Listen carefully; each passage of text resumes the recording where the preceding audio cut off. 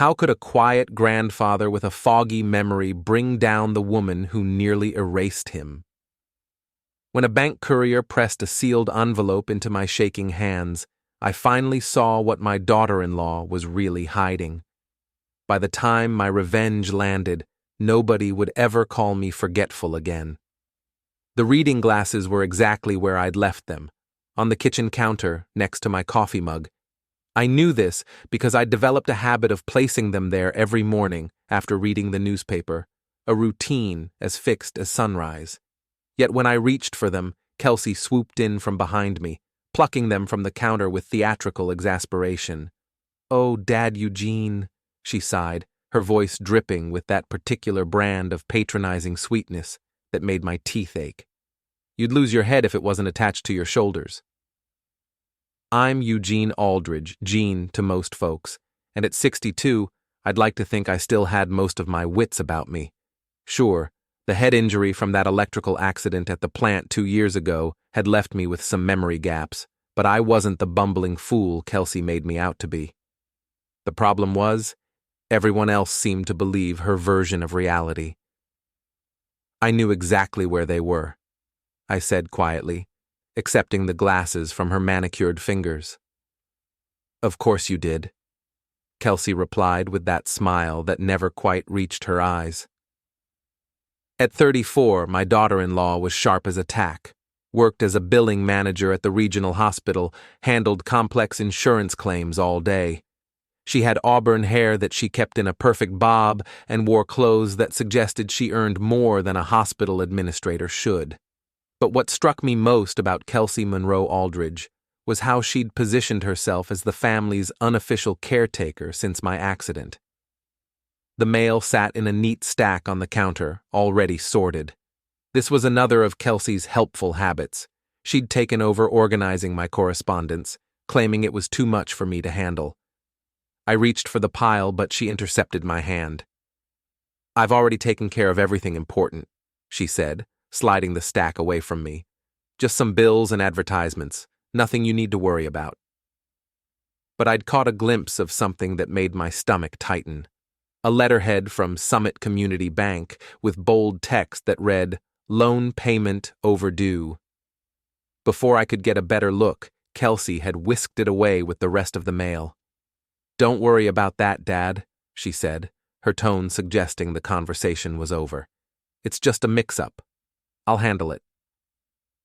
That evening, the whole family gathered for dinner at my house, the house I'd bought with my late wife Martha 35 years ago, where we'd raised our son Reed.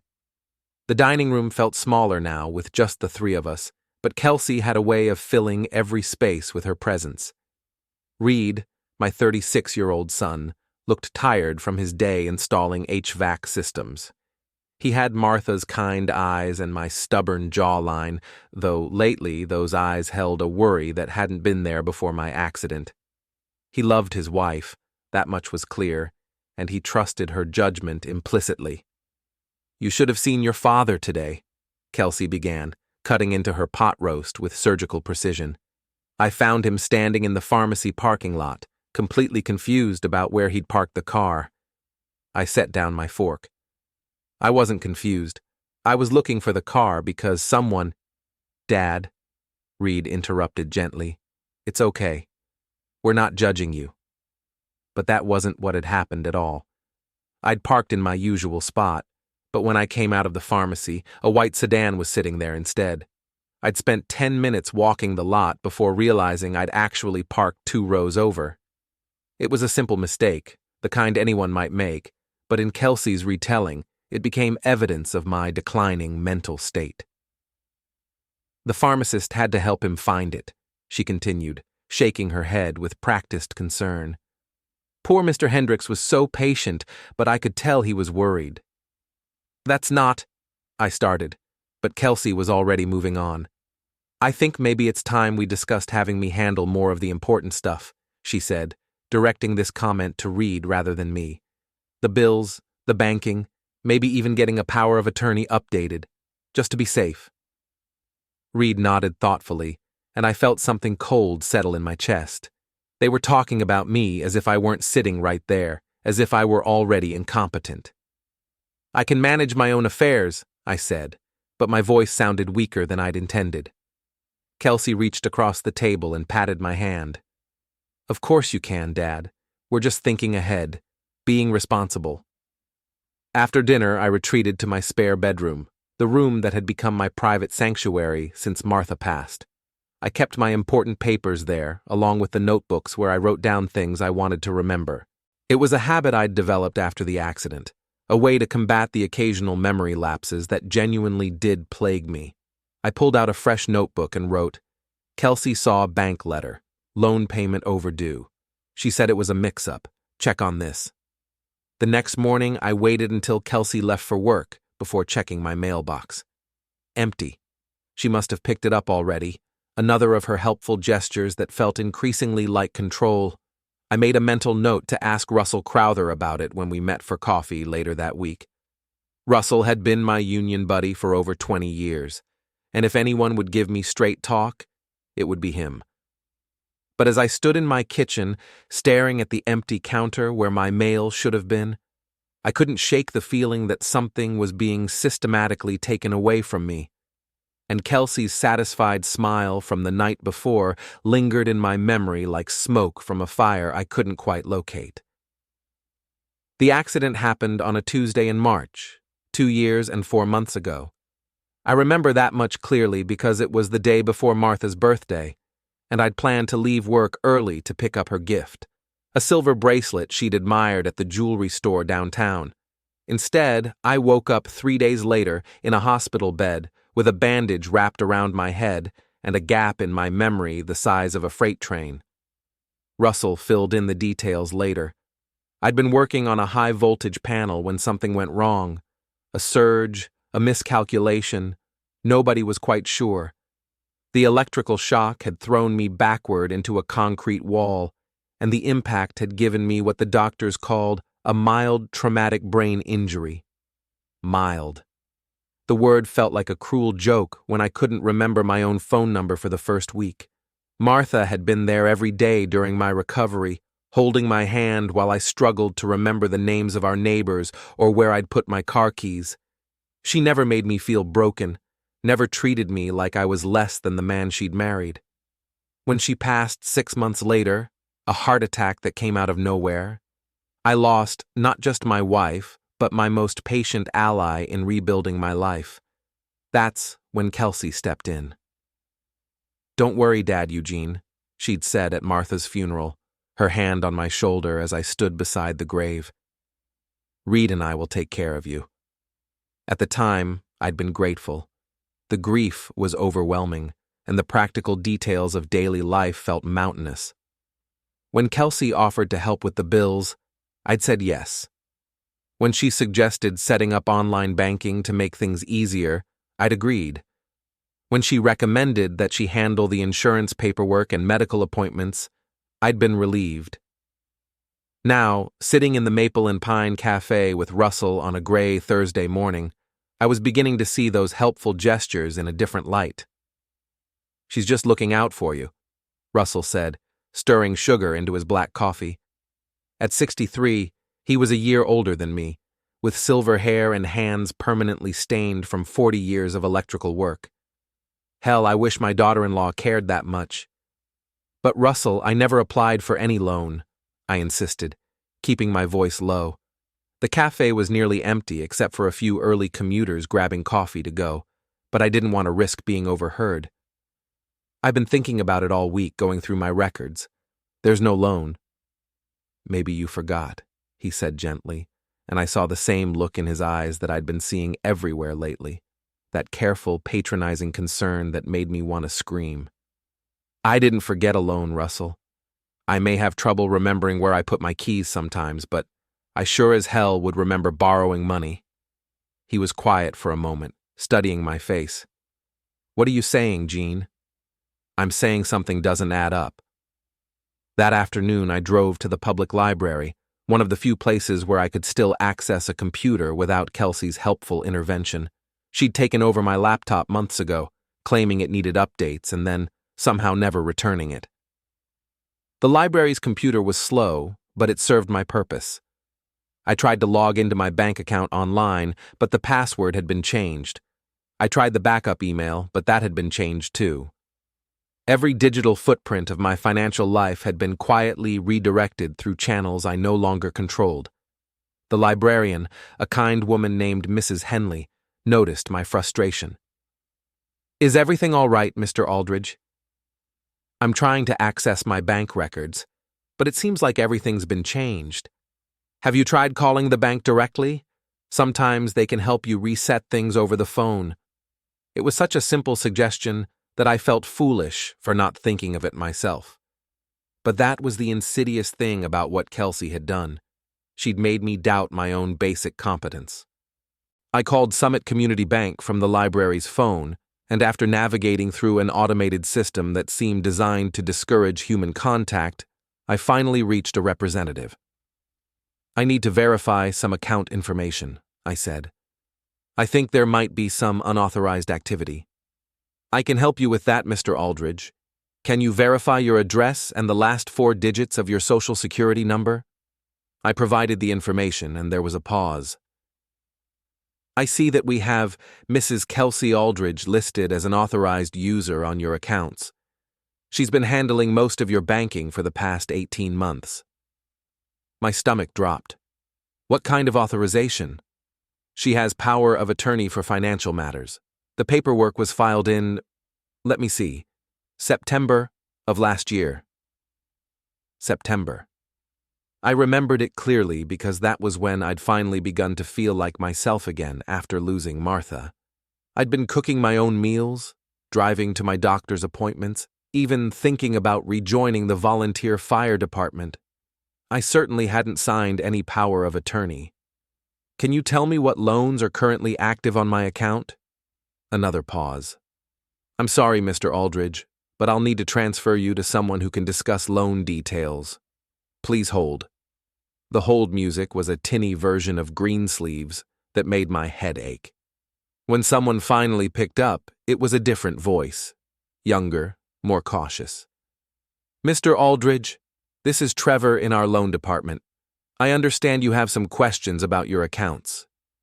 "Yes, I need to know about any active loans." "Well, sir, I see here that Mrs. Aldridge has been managing the payments on your home equity line of credit. The balance is currently, let me see, $47,000. The number hit me like a physical blow. $47,000. I owned my house outright, had paid off the mortgage 5 years ago with Martha's life insurance money. There was no reason for any home equity loan. When was this loan originated? The paperwork shows it was opened 14 months ago. Mrs. Aldridge has been making the minimum payments, but I see there have been some late fees recently. 14 months ago. Right around the time Kelsey had convinced me to let her handle the complicated financial stuff. "I need copies of all the loan documents," I said. "I'm sorry, sir, but our records show that Mrs. Aldridge requested that all correspondence be sent directly to her." "For your convenience," she said, "since you were having some difficulties managing paperwork." Difficulties.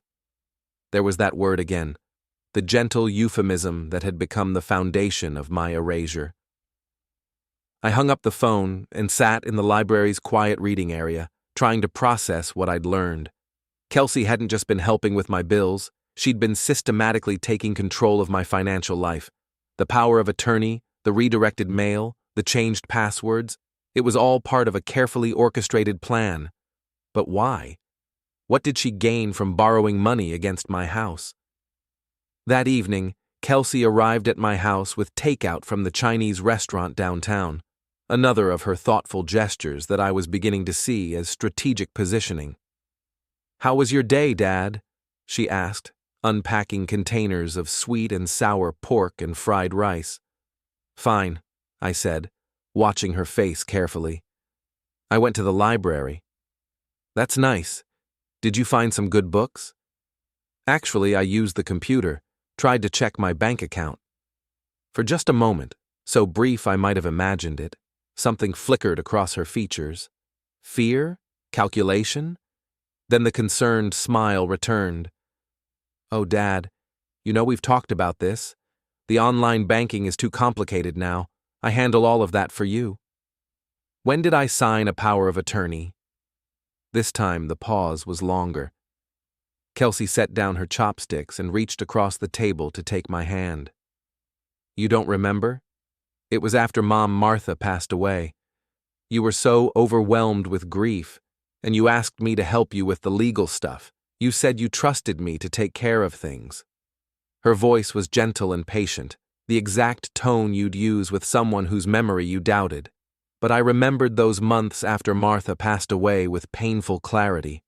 I remembered every conversation, every decision, every moment of that terrible time. And I had never, ever asked Kelsey to take legal control of my finances. I think I'd remember signing something that important, I said. Oh, honey, she replied, and the endearment sounded like a weapon. That's exactly the problem, isn't it? The call came at 7:30 on a Monday morning, jolting me from sleep with its shrill insistence. I fumbled for the phone, my head still thick with the remnants of dreams, and managed a groggy hello. Mr. Aldridge, this is Patricia from Summit Community Bank. I'm calling about your missed payment. I sat up straighter, suddenly awake. What missed payment? Your home equity line of credit payment was due on the 15th. We're showing it's now 6 days overdue, and there's a late fee that's been applied to your account. Before I could respond, I heard quick footsteps on the stairs, and Kelsey appeared in my bedroom doorway. She was already dressed for work in a navy blue suit, her hair perfect, but her face showed alarm. Dad? Who's calling so early? I held up a finger trying to focus on the voice from the bank. I need to understand what this payment is for. Can you explain? But Kelsey had crossed the room and was gently taking the phone from my hand. Hello. This is Kelsey Aldridge, Mr. Aldridge's daughter-in-law. I handle his financial affairs. Yes, I understand. No, there must be some mistake in your system. I watched her pace to the window as she spoke, her voice taking on the crisp, professional tone she used at the hospital. She was handling the situation with practiced efficiency, and I felt that familiar mix of gratitude and unease that had become the soundtrack of my life. I'll have the payment processed today, she was saying.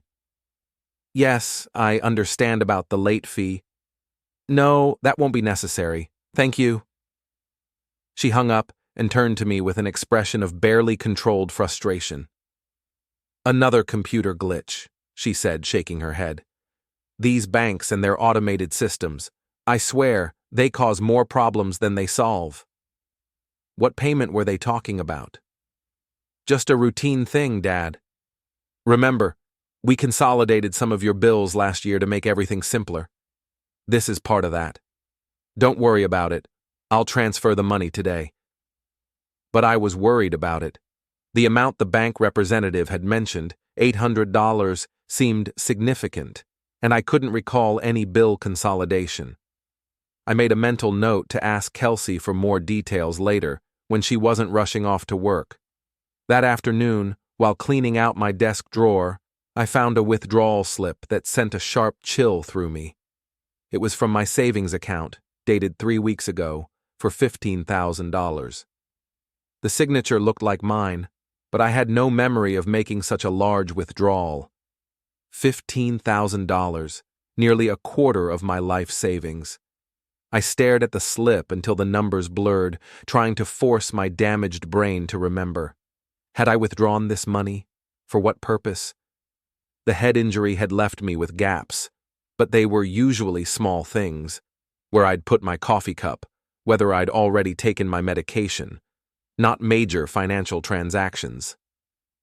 I was still holding the slip when Reed knocked on my door that evening. He let himself in with his key, calling out as he entered. Dad, you here? In the kitchen, I called back, quickly shoving the withdrawal slip into my pocket. Reed appeared in the doorway, still wearing his work clothes and looking concerned. At 36, he was built like me, tall and broad-shouldered from years of physical labor, but his face held a gentleness that reminded me of Martha. Kelsey told me about the bank calling this morning, he said without preamble. Dad, we need to talk. My heart sank. I could see where this conversation was heading. Sit down, son. He pulled out a chair at the kitchen table, the same table where we'd eaten countless family dinners, where I'd helped him with homework, where Martha and I had planned our retirement. Now it felt like a tribunal. Dad, I'm worried about you.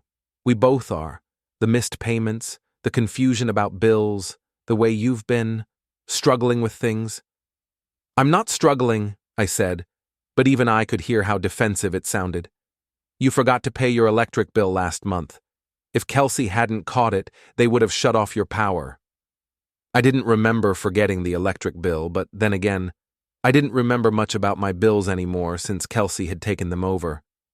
The withdrawal slip in my pocket felt like it was burning through the fabric. Son, I think there might be some things happening that you don't know about. What do you mean? I pulled out the withdrawal slip and placed it on the table between us. I found this today. $15,000 withdrawn 3 weeks ago. I don't remember doing this.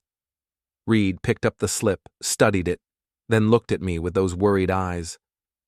Dad, that's your signature. I know it's my signature, but I don't remember. That's exactly the problem. His voice was gentle, but firm. You don't remember. And that's scary, Dad. What if you withdrew this money for something important and now you can't recall what it was? What if there are other things you're forgetting? The logic was sound, and that's what made it so terrifying. How could I prove I hadn't done something when my own memory was unreliable? How could I argue against evidence that looked legitimate? Maybe, Reed continued, it's time to let Kelsey handle more of the financial stuff. Just until we can get you evaluated by a doctor, make sure everything's okay. I don't need to be evaluated, I said, but the words sounded hollow, even to me. Dad, please, we love you. We just want to make sure you're safe. That night, after Reed left, I sat in my spare bedroom with a notebook and tried to piece together the timeline. When had the bills started being redirected? When had my online passwords been changed? When had I supposedly signed a power of attorney? But the more I tried to remember, the more confused I became. The head injury had left me with genuine gaps, and now I couldn't tell which memories were missing because of the trauma and which had been deliberately obscured. I wrote down what I knew for certain. Home equity loan for $47,000 that I didn't remember applying for. Power of attorney that I didn't remember signing. $15,000 withdrawal that I didn't remember making. Bills and mail being handled by Kelsey for my convenience.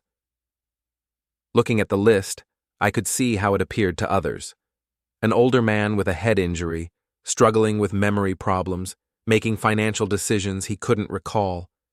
It was a compelling narrative, and Kelsey had been carefully building it for months.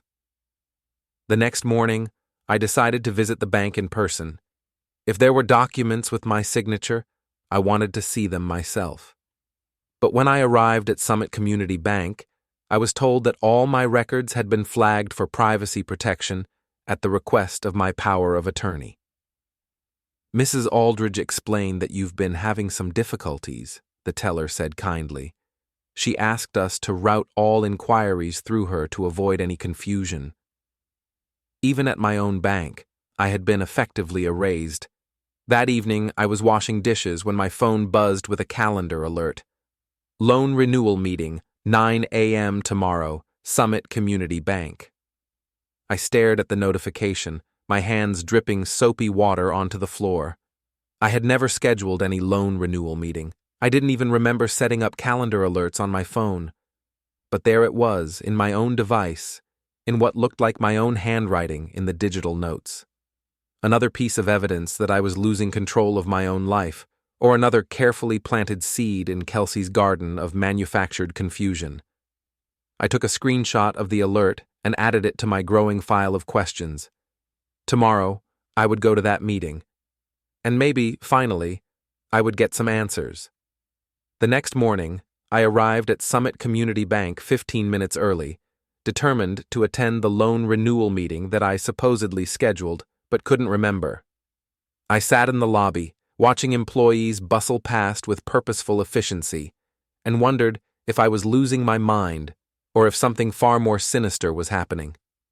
At exactly 9 o'clock, a woman approached me, mid-50s, with graying hair pulled back in a practical bun and kind eyes behind wire-rimmed glasses. "Mr. Aldridge? I'm Naomi Porter, the branch manager. We spoke briefly on the phone last week." I stood, extending my hand. "I'm sorry, but I don't recall—" "That's quite all right," she said quickly, but something in her expression suggested she'd expected this response. "Would you like to come back to my office? We have some things to discuss." Her office was small but organized, with family photos on the desk and certificates on the wall. She gestured for me to sit, then closed the door behind us. "Mr. Aldridge, I have to be very careful about what I say here, but I knew your wife Martha from the church auxiliary. She was a wonderful woman." "Thank you." She was. Naomi sat behind her desk, her fingers drumming nervously on the surface. "I want you to know that if you ever have concerns about your accounts, you can speak with me directly. Sometimes family situations can be complicated." There was something in her tone that made me lean forward. "What kind of complications?" "I can't discuss specific account details without proper authorization, but I can suggest that you might want to request copies of your credit report. You're entitled to that information, and it might help clarify some things." She wrote something on a piece of paper and slid it across the desk. It was the website for one of the credit reporting agencies. "Check all 3 agencies," she said meaningfully. "Sometimes different information appears on different reports." I left the bank with more questions than answers, but also with a sense that I wasn't completely alone. Naomi Porter had been trying to tell me something without violating banking regulations, and her suggestion about the credit reports felt like a lifeline. From the bank, I drove straight to the public library. Mrs. Henley greeted me with a smile and directed me to the same computer terminal I'd used before. It took me nearly an hour to navigate the credit reporting websites. They seemed designed to confuse people into signing up for paid services, but eventually I managed to download all 3 reports. What I found made my hands shake. The first report showed the home equity line of credit that I'd already learned about, but it also revealed 2 credit cards in my name that I'd never applied for. The second report showed a personal loan for $25,000 from a different bank entirely. The third report was the most disturbing. It showed a pattern of credit inquiries over the past 18 months, as if someone had been systematically shopping for credit using my information. I printed everything and stuffed the papers into a manila folder. The evidence was overwhelming, but I needed help interpreting it. I needed someone who understood the legal implications of what I was seeing. That afternoon, I called Russell and asked if he knew any lawyers. He gave me the number for Vivian Carver, a woman who lived 3 blocks from me and handled estate planning and family law. "She's tough but fair," Russell said. "Helped my neighbor when his son was trying to get him declared incompetent.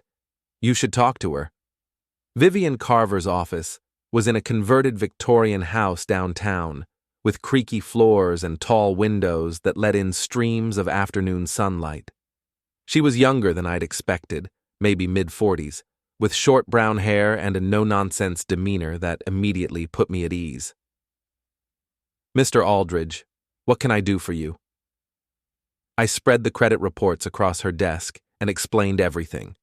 The head injury, Kelsey's gradual takeover of my finances, the loans and credit cards I didn't remember applying for, the power of attorney I'd supposedly signed. Vivian studied the documents carefully, occasionally making notes on a legal pad.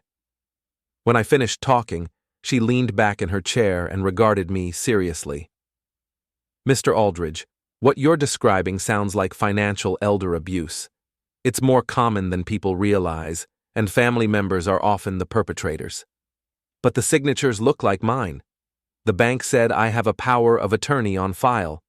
Signatures can be forged, and powers of attorney can be obtained through coercion or fraud. The key question is, do you remember signing these documents?" "No." I remember the months after my wife passed away very clearly. I was grieving, but I wasn't incapable. I never would have signed away control of my finances. Vivian nodded. The pattern you're showing me is classic. The perpetrator identifies someone vulnerable, in your case, someone with a documented head injury, and gradually assumes control. They use the victim's supposed memory problems to explain away any discrepancies. What can I do about it? We need more evidence. Bank records, the original loan applications, anything that shows a pattern of unauthorized activity. And we need to do this carefully, because if your daughter-in-law realizes you're investigating, she might accelerate whatever she's planning. What do you mean? Mr. Aldridge, based on what you've shown me, she's already borrowed over $70,000 against your assets. That's not small-time theft. She's either planning something big, or she's already in over her head and getting desperate. I left Vivian's office with a plan. She would help me gather evidence and explore my legal options, but I needed to be discreet. If Kelsey suspected I was on to her, she might do something drastic. That evening, Russell came over for dinner, something we'd been doing once a week since Martha passed. I grilled hamburgers on the back patio while he sat in a lawn chair, nursing a beer and listening to my account of the day's discoveries.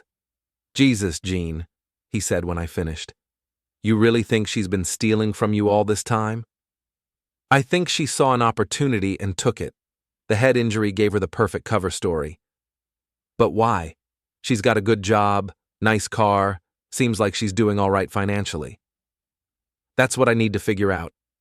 Vivian says people who do this are usually either greedy or desperate. Either way, they don't stop until they're caught. Russell was quiet for a moment, staring out at the yard where Martha used to tend her flower garden. What about Reed?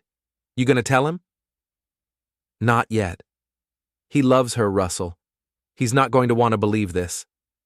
He's your son, Jean. He'll want to protect you. Will he? Or will he think his old man is finally losing it completely? It was the question that haunted me most. Even with evidence, even with legal help, I was still a man with a documented brain injury making accusations against a woman who'd spent 2 years establishing herself as my devoted caretaker. Who would people believe? That night, I couldn't sleep. I kept thinking about Naomi Porter's carefully worded warnings, about Vivian's mention of desperation, about the systematic way my life had been taken apart piece by piece. Kelsey had been patient, methodical, building her case for my incompetence while simultaneously looting my assets. But she'd made one crucial mistake. She'd underestimated me. The head injury had affected my memory, but it hadn't touched my intelligence or my ability to learn. And now that I knew what to look for, I was going to find it all. I got up and went to my desk, pulling out a fresh notebook. At the top of the first page, I wrote, Evidence, Kelsey Aldridge, financial fraud. It was time to start fighting back. 2 weeks later, I had assembled a file that would have impressed a federal investigator. Working with Vivian Carver and making daily trips to the library, I had documented a pattern of financial abuse that stretched back nearly 2 years. Bank records showed regular transfers from my accounts to Kelsey's personal account, always in amounts just under $10,000, the threshold that would trigger federal reporting requirements. Credit applications bore my forged signature, with handwriting analysis that Vivian had commissioned showing clear evidence of simulation. Most damning of all, I had obtained copies of the original power of attorney documents, which showed signs of alteration and bore a notarization date when I could prove I was at a doctor's appointment across town. But the breakthrough came from an unexpected source. I was at the library on a Thursday morning, printing out more bank statements, when Mrs. Henley approached me with a concerned expression. Mr. Aldridge, there's a young man here asking about you. Says he's from your bank? I looked up to see a courier in a blue uniform standing near the circulation desk. He was holding a large envelope and scanning the room nervously. Are you Eugene Aldridge? He asked when I approached. Yes. I have a delivery for you from Summit Community Bank. I was told to give it to you personally. He lowered his voice and glanced around. Mrs. Porter said to tell you to open this alone. My hands were shaking as I took the envelope. It was thick, official-looking, with confidential stamped across the front in red letters. I waited until I got home to open it. Inside were photocopies of documents I'd never seen before, loan applications in my name with signatures that were clearly forged, photos from the bank showing Kelsey sitting at the loan officer's desk, and a handwritten note from Naomi Porter that sent a sharp chill through me. Mr. Aldridge, the note read, Mrs. Aldridge came in yesterday requesting to increase your home equity line to $100,000. She said you needed the money for medical expenses related to your head injury. I stalled her, but she's scheduled to return Monday with additional documentation. I thought you should know. N. Porter. $100,000. She was planning to borrow against my house again, this time for an amount that would put the loan balance dangerously close to the property's value. If she defaulted on the payments, I could lose everything. I called Vivian immediately. We need to move fast, she said after I read her Naomi's note. If she gets that loan approved, it's going to be much harder to unwind everything. What do you recommend? I've been working on something. There's a legal mechanism we can use to turn this back on her, but it's going to require some careful timing and your son's cooperation. Reed still doesn't know any of this. Then it's time to tell him. Because what I'm proposing is going to affect him too. That evening, I asked Reed to come over for dinner. I cooked his favorite meal, meatloaf with mashed potatoes, the same thing Martha used to make when he was struggling with something. He arrived at 6:30, still in his work clothes, but with a bouquet of flowers from the grocery store. These are for Mom's grave, he said. Thought we could go together this weekend. It broke my heart to see him standing there with flowers for his mother, having no idea that his wife was systematically destroying the family she'd raised him in. Son, we need to talk. And you're not going to like what I have to say. I spread the evidence across the dining room table, the credit reports, the forged signatures, the bank surveillance photos, Naomi's note about the additional loan. Reed studied everything in silence, his face growing paler with each document.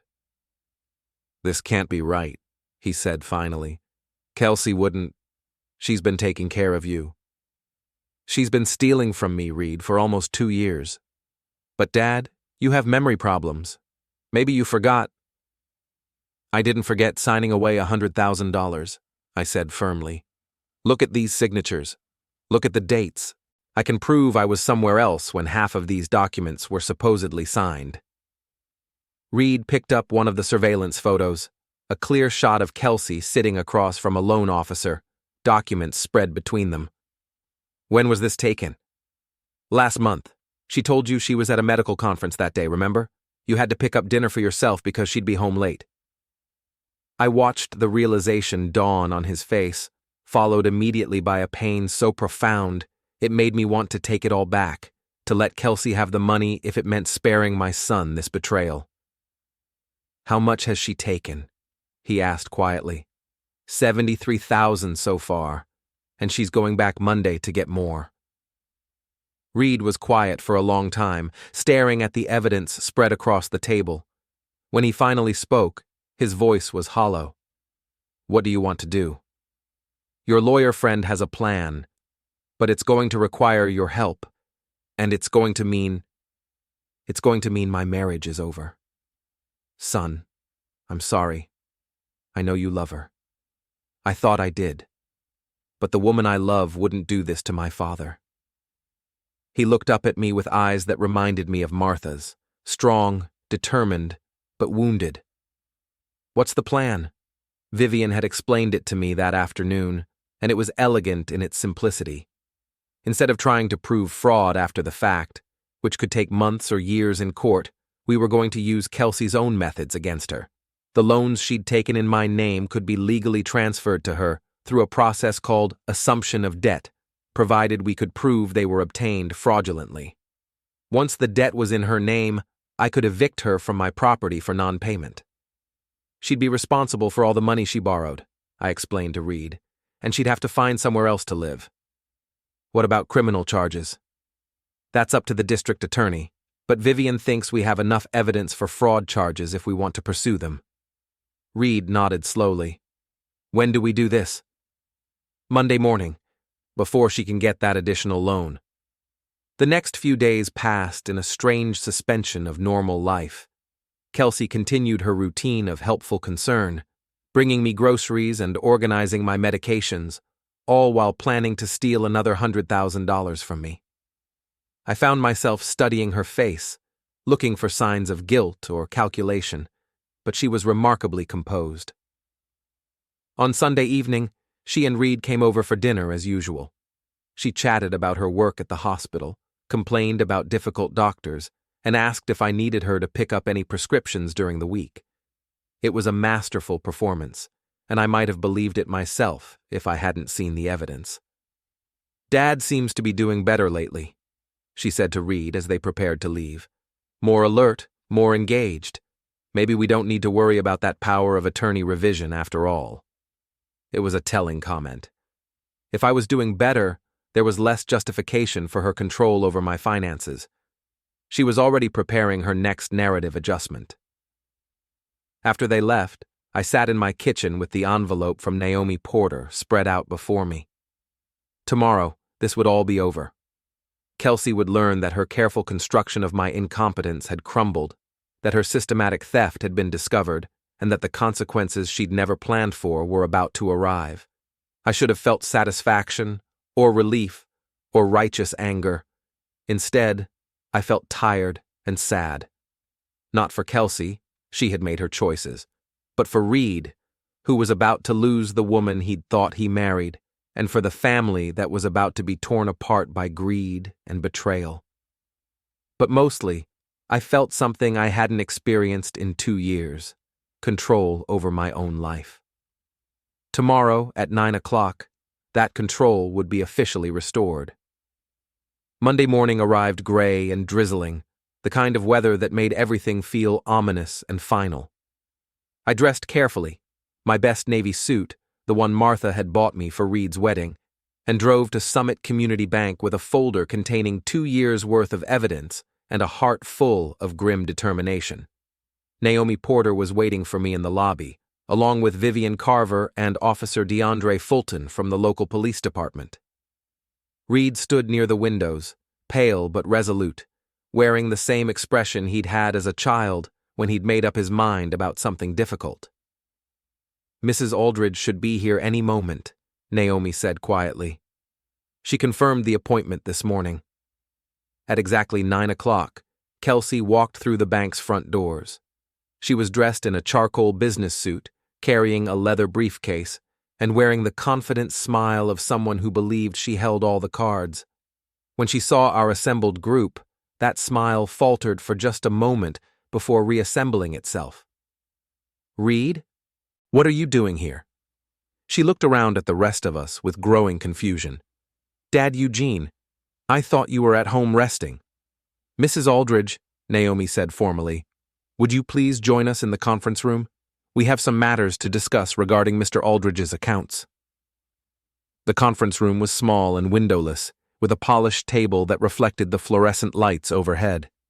Kelsey sat across from me, her briefcase on the table, still trying to maintain her composure. I'm not sure what this is about, she said, but I'm here to finalize the additional home equity loan for Dad's medical expenses. We discussed this, remember? Naomi opened a thick folder and spread documents across the table. Mrs. Aldridge, these are copies of all the loan applications filed in Mr. Aldridge's name over the past 18 months. I'd like you to look at them carefully. Kelsey glanced at the papers, and I saw something flicker behind her eyes, not quite panic, but the first recognition that her carefully constructed world was beginning to shift. Yes, these are the loans we discussed. Dad needed help with his finances after his accident, and I've been managing things for him. Vivian Carver leaned forward, her voice crisp and professional. Mrs. Aldridge, I'm Mr. Aldridge's attorney. Are you claiming that my client was present when these loan applications were signed? Of course he was present. He signed them himself. That's interesting, because we have evidence that Mr. Aldridge was at a doctor's appointment when this application was notarized, Vivian said, pointing to one of the documents. And this one was signed on a day when he was visiting his brother in Pittsburgh. We have receipts, medical records, and witness statements for his whereabouts. Kelsey's composure was beginning to crack. There must be some mistake with the dates. Dad's memory problems make it difficult for him to recall. My memory is fine when it comes to major events, I said quietly. And I remember very clearly that I never signed any of these documents. Officer Fulton spoke for the first time. Mrs. Aldridge, we've had these signatures analyzed by a handwriting expert. They show clear evidence of forgery. We've also reviewed bank surveillance footage that shows you conducting transactions on Mr. Aldridge's accounts without his presence or knowledge. The color drained from Kelsey's face. She looked at Reed, who had remained silent throughout the exchange. Reed, you know I was only trying to help your father. You know how confused he gets. Reed met her gaze steadily. I know you've been stealing from him for 2 years. I know you forged his signature on loan documents, and I know you were planning to steal another $100,000 today. That's not... I was trying to protect him. From what? I asked. From having control over my own money? Naomi cleared her throat. Mrs. Aldridge, there's something else. We've discovered that the power of attorney you filed has several irregularities. The notarization appears to be fraudulent, and Mr. Aldridge has provided evidence that he was not present when it was supposedly signed. Vivian opened her own folder. Which brings us to the purpose of today's meeting. Mrs. Aldridge, effective immediately. All loans taken fraudulently in Mr. Aldridge's name are being transferred to your personal responsibility. The bank has agreed to this arrangement based on the evidence of fraud. What does that mean? Kelsey asked, though I could see in her eyes that she already knew.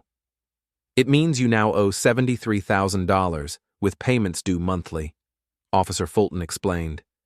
It also means you're being evicted from Mr. Aldridge's property for non-payment of rent. Rent that will be calculated based on the money you stole from him. I reached into my jacket pocket and pulled out a legal document that Vivian had prepared. This is your eviction notice. You have 30 days to vacate my house.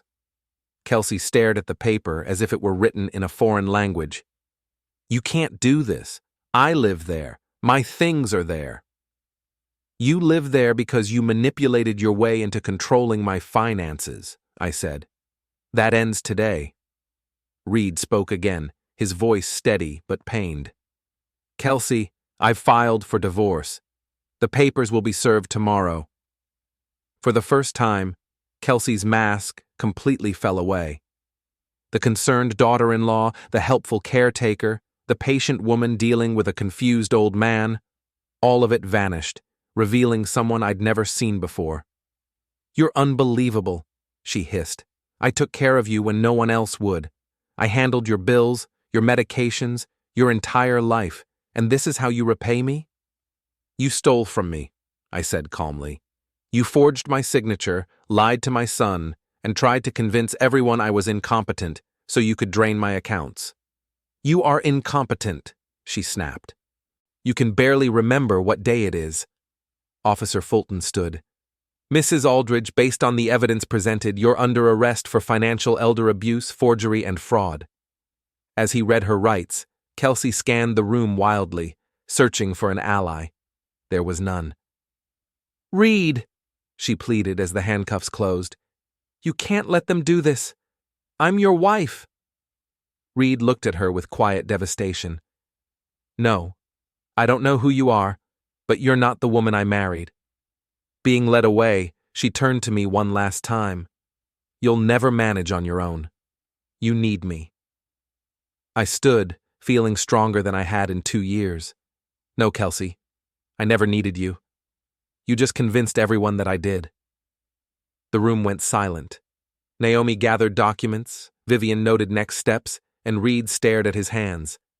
I walked to the window and watched Officer Fulton help Kelsey into the patrol car. In minutes, she was gone, along with 2 years of doubt and humiliation. For the first time since my accident, I felt like myself again. I turned back to my son and the people who had stood by me. There would be paperwork, accounts to restore, relationships to mend. That could wait. All I wanted was to go home, to my house, sit in my kitchen with a cup of coffee and the morning paper, knowing no one would question my competence or control my life.